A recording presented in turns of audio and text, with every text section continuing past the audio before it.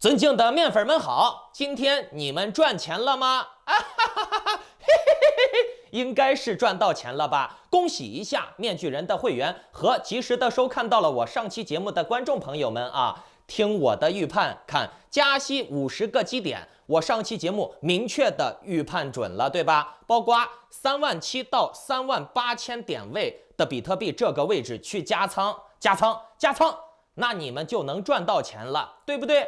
我在会员群里面说的很明确了，包括我的这个免费节目啊，都已经说过了。Luna 跌破80，AVAX 跌破60，Matic 跌破1.1，啊，你就蹲它的跌破整数位，抓住就能赚钱。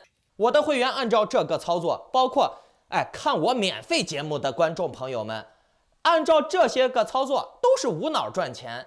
你们看，目前 AVAX、Luna、Matic 都已经让你们吃到了20%甚至更高的涨幅，对不对？以太坊我也给出了建议，2700以下你就进。各位，你们不信我判断的准不准？可能有些观众是第一次看面具人的节目啊，来，大家看一下往期回顾。上一期节目，面大再次给出了新的财富密码。就像面具人我说的，抓那种跌破点。抓，大家都觉得啊，跌破了，赶紧跑，赶紧割肉。在这个时候，你就买，你就能赚钱。38000整数跌破了，你就买，赚钱。37700整数跌破了，你就赚钱。啊，你买就赚钱。啊 ，AVAX 跌破60了，你买就能赚钱。听懂了没？然后，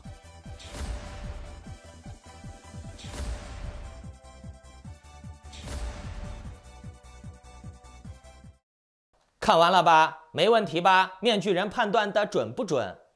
哎，这一加息，市场反而涨了，可以说市场出现了一波反人性的走势，爆了不少空单啊！哎，这些情况都让面具人我预判到了。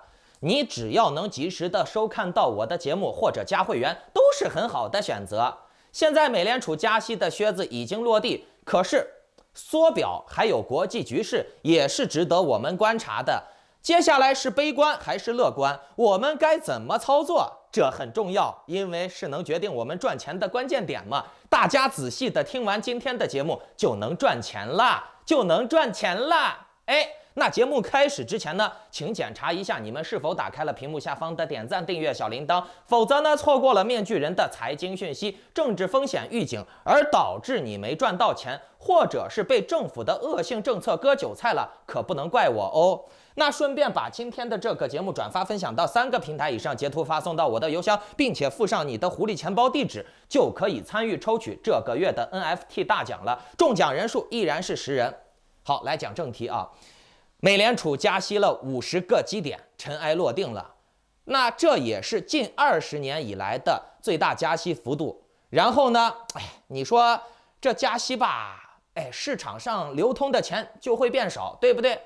那么资本市场的流动性应该会变差呀，对不对？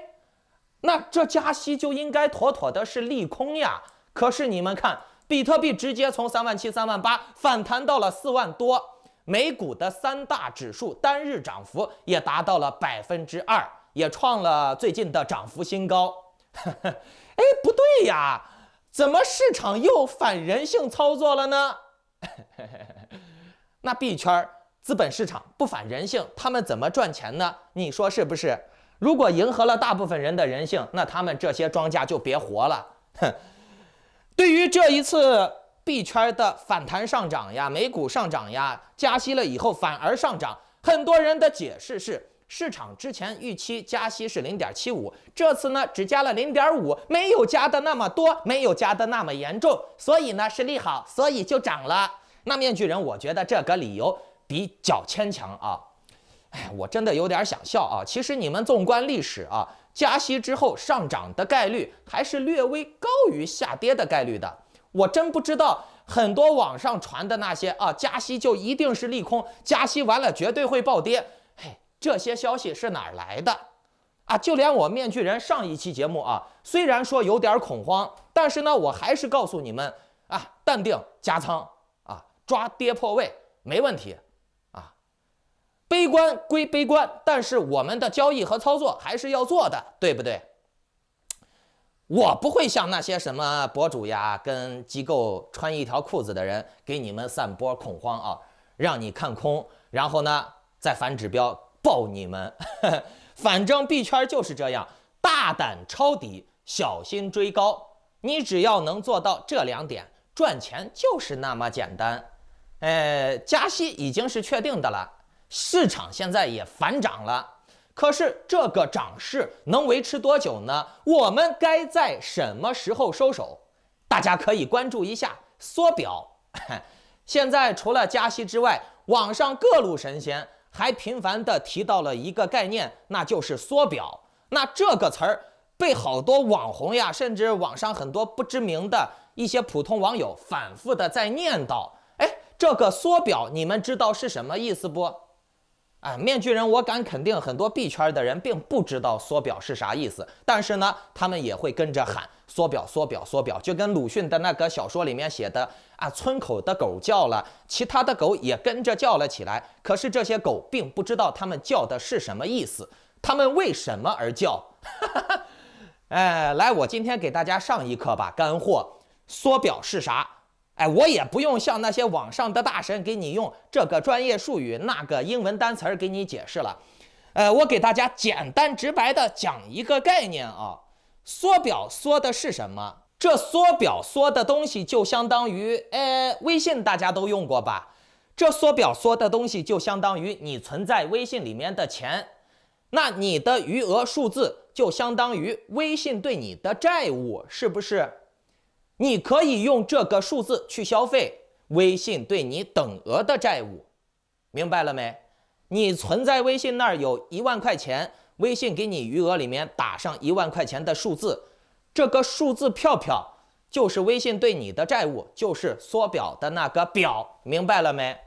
如果说微信没有动用你的钱，或者是他有能力兑付那他动用了也就动用了，动用了之后他能给你兑付，那你就甭管了，对不对那你再拿这个数字去和别的商家兑换交易，那你和商家只是微信的债务转移。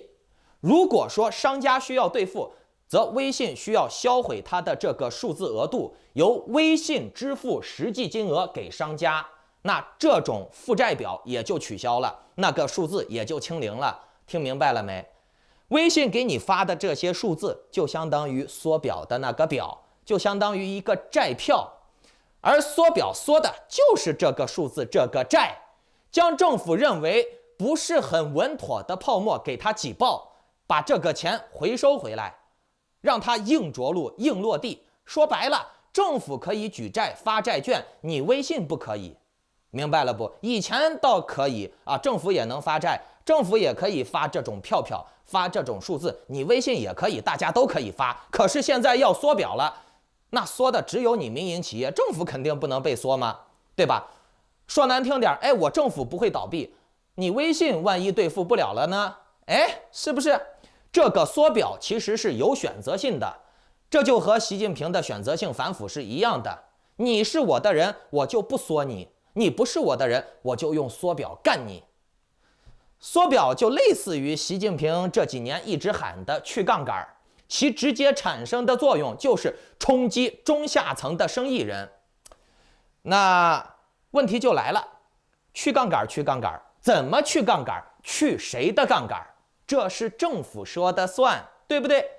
其本质就是消灭一批人的财富，回笼资金，打土豪分田地。类似于共产主义的套路，这也就是中国模式在美国的一个实践，跟中国玩的套路是一模一样的。那么缩表能造成的影响，也就可以去参照中国的去杠杆而导致的影响，明白了没？中国去杠杆导致了越来越多的平民不想做生意，不想做实业，或者是做生意做实业想要获得投资、获得资金贷款太难了，所以呢大家都不做了，反而呢把钱放到那些投机市场，比如 A 股或者币圈，然后呢再被政府操纵的 A 股政策、币圈政策、加密货币政策给收割了。美国现在玩的套路早就被习近平玩过了，美国现在才玩那这不就是中国模式被推广了吗？所以面具人，我为啥一直说中国模式世界推广很自信呢？缩表它就是以牺牲民间资本来满足政府资本，而达到支撑政府的作用的。说白了就是杀民间土豪来提升政府的资本信用。你们民间都别借债了，都不要跟我政府去抢这个债市，谁能借钱？政府能借钱，你民间别借了啊！你们借钱风险太大了，听懂了没？那对于别的国家的权贵呀、集团来看，其实无所谓，就跟习近平怎么整中国老百姓美国、英国、欧盟都无所谓是一样的。习近平不压榨中国老百姓，那人家世界货币基金组织联合国还有那个世界贸易论坛都不愿意，世贸组织都不愿意你赶紧压榨中国人，你不能让你的生产力下降，你的生产力一下降，那我们这些外国的这些贵族洋大人就用不到你中国的廉价商品了，是不是？所以习近平赶紧狠狠的压榨，听懂了没？对美国也是一样的，你美国老百姓借不来钱，老百姓被破产了，老百姓被去杠杆了，跟别的国家什么国际贸易没有任何关系，那是贵族之间的事儿。你被缩了就被缩了，你活该，你该死其实美国的这个缩表去杠杆，其直接导致的一个接下来就会体现很明显的效应应该来说是已经体现的很明显的效应，那就是去年到今年在美国高位贷款买房炒房的这些傻逼，他们要惨了这些炒房客要背锅，因为缩表和加息双管齐下，结果导致的就是利息上涨，市场流动性的资金减少，缩表去杠杆会造成房价涨幅变缓甚至下跌，房子的销售速度减缓，那房子的销售速度一减缓，房价也就会更跌，这就有可能会形成一个恶性循环。给大家说一个数据大家听好了，美国的房价增长从2021年的15.9%到了2022年已经降到了6.2%，并且呢，预计在2023年进一步降温到2.5%的地步。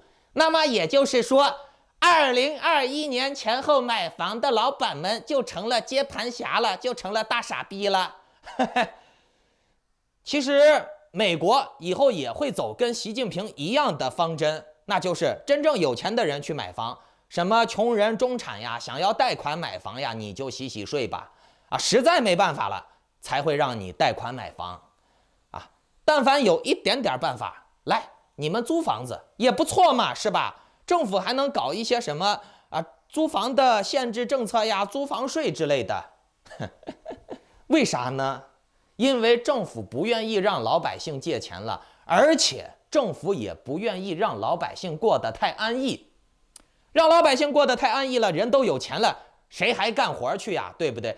人只有穷了才有劲儿干活，这也是奴隶主们最希望看到的“育民武术之平民”嘛，是吧？让你挣扎在生死线、贫困线上面，你才会为了那点狗粮去拼命的讨好政府、支持政府，或者是努力干活、制造劳动力、挖矿、修路、铺地，对不对？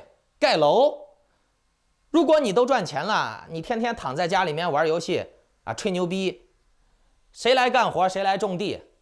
其实美国缩表我真不知道美国现在的政府是怎么想的，对他国内和国际都不一定有好处当然了，有些人可能会抨击我你面具人真懂，美国都不懂美国自己，你面具人比美国还懂美国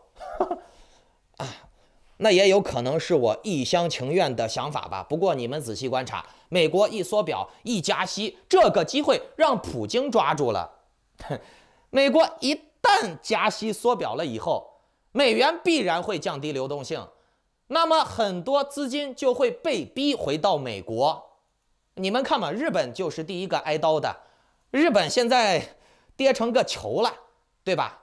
受到的经济重创是最大的。为啥？因为日本是美国的铁杆嘛，说白了也就是美国的肉便器尿壶按照日本的这个名词来说，那普京不吃美国这一套呀，啊，你美国想回笼资金，想搞一搞自己的政府大资产是吧？行，我俄罗斯也推你美国一把。现在在整个欧洲地区，甚至更多的地区，包括亚太地区啊，都要强制用卢布贸易。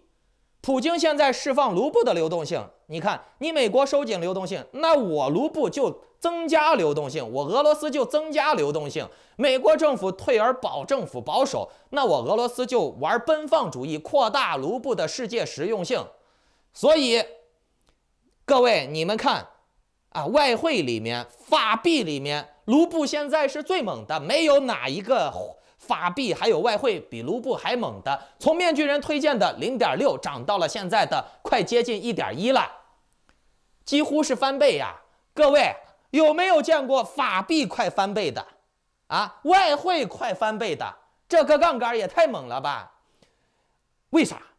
你们看，目前已经有9个欧盟成员国逐渐开始使用卢布了，但是欧盟不让用啊。欧盟明面上还是说啊，我们拒绝使用卢布，但是欧盟管不住他手底下的这些欧盟的成员国，人家要用，你还能不让人家用？你有本事你跟普京一样，你去把人家打了去啊！你们谁敢用卢布，我先灭你们。那他们就更要用卢布了，是吧？欧盟现在是腹背受敌啊，美元现在流动性不好使了，然后呢，我手底下的这些小弟又要都去跟俄罗斯勾兑用卢布。所以呢，这有可能导致欧盟内部出现一些问题。所以说呢，美国现在又是搞加息，又是搞缩表，搞来搞去，感觉有点自割的意思啊。面具人，我有时候就在想，这拜爷是不是带路党呀？好了，政治阴谋咱们就不扯那么多了，咱们说回加密货币啊。你们知道吗？中非共和国都把比特币列为法币了。其实各国政府对加密货币的态度，说白了，就是让它当一个炒作收割机，来收割这些没文化、没能力的屁民的资产的，明白了没？说白了就是这，加密货币不割老百姓，它就不叫加密货币了。如果说加密货币没有割韭菜的这个功能，政府绝对不会让它运行下去，就这么简单，它就是要割老百姓，就是要让你返贫的，懂了没？所以说呢，你如果摸不清政府的节奏，你摸不清这些人性以及庄家的思路，庄家为什么能活下来，政府为什么要支持加密货币，那你就等着被割吧。你摸不清政府的思路，你就是要被割。可是你能摸清了，你找到空子了，你钻进去了，你就能趁东风赚到钱。所以你们看这几天跟着我37000、38000抄到底儿的是不是都赚钱了？那面具人，我建议最近抄到底儿的，你其实可以套一部分利了，明白了没？